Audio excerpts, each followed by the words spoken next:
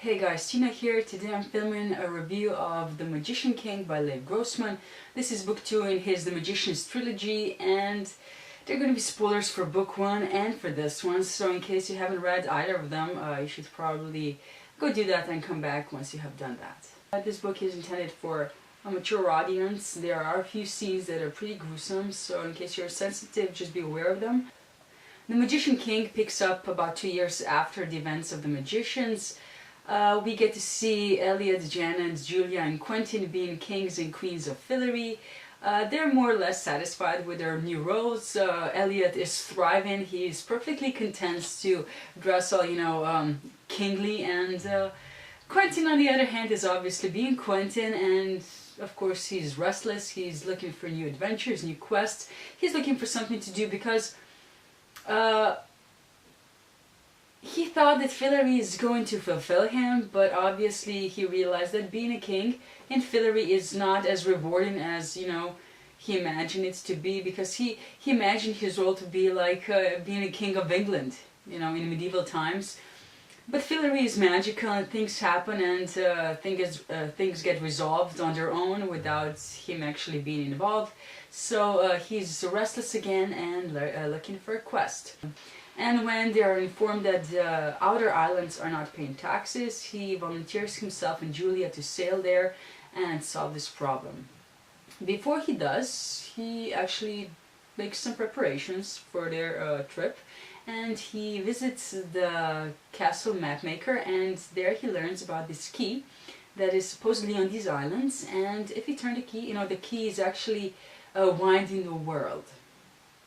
And of course he's tempted.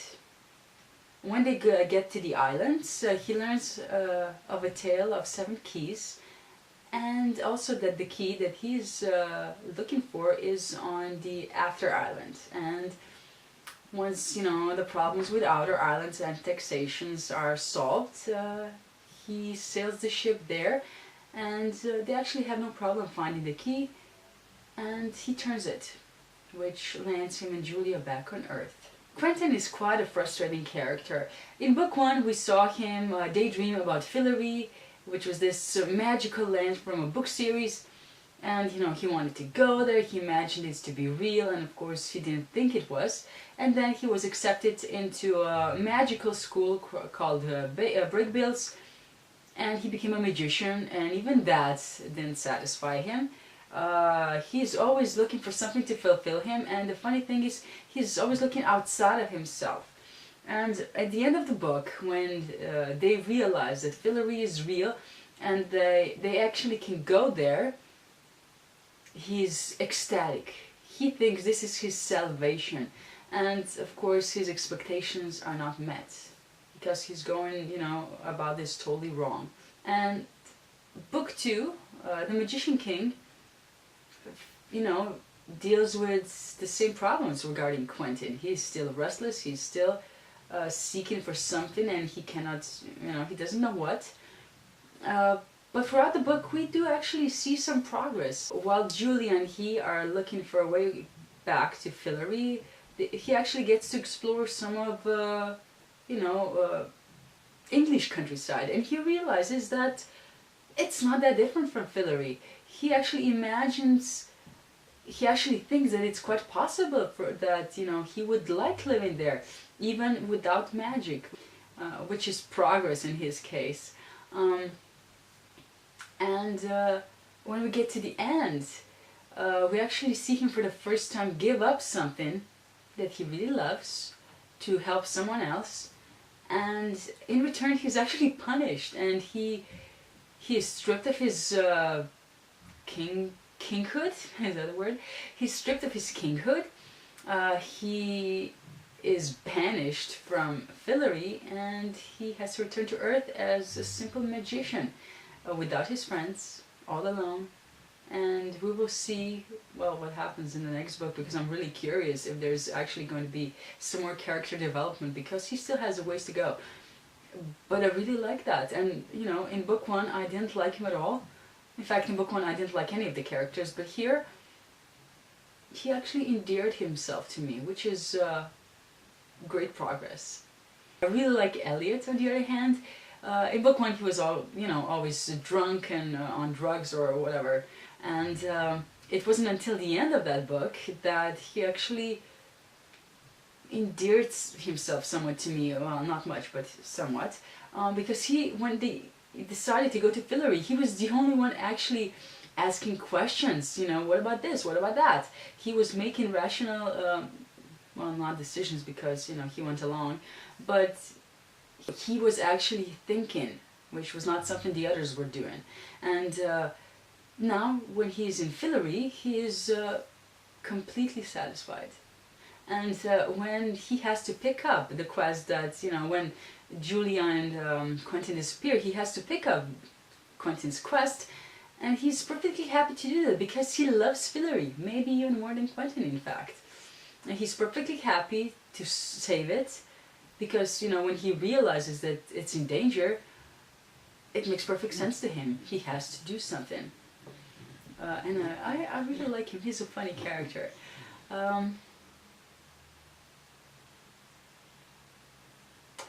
The thing with Quentin again is he never thinks about what he does. He turns the key without actually thinking of the consequences, because he doesn't actually know how the keys work, and he just does it. And not once, but twice.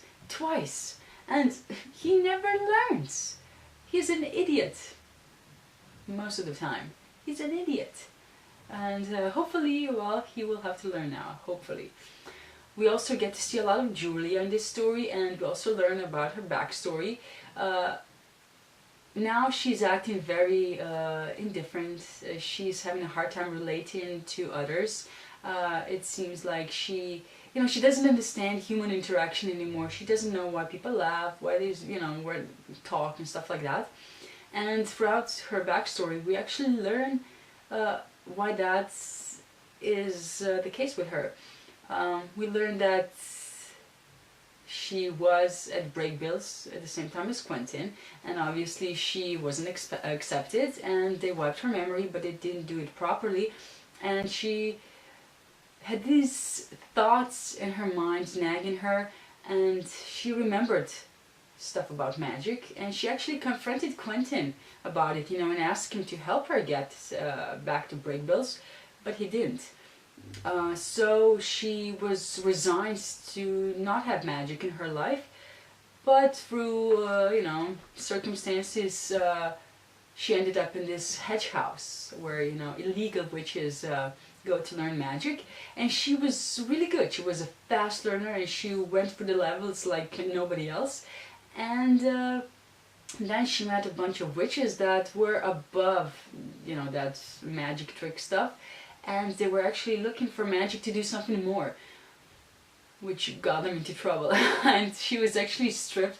They were trying to raise this creature, and she was actually stripped of her humanity. We also meet a few other characters, some that we already know, some new ones, and they're all very fun and interesting. But what I want to focus here is Grossman's imagination, because the world he paints is so interesting and amazing. We get, waterfalls that fall up instead of down. There's an island where you cannot lie, and I'm gonna read you a quote from Elliot, because, they ended up on that island, obviously.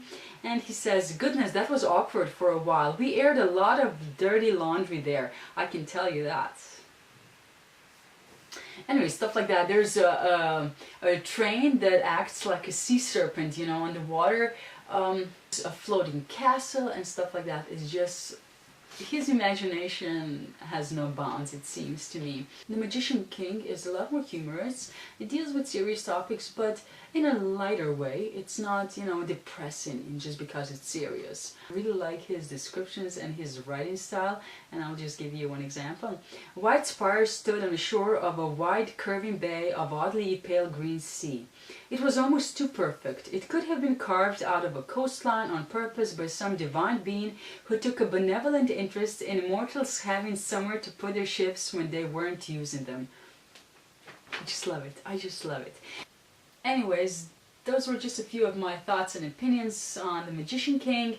If you read the book, or if you didn't, leave a comment down below, let me know your thoughts, and see you in my next video. Bye!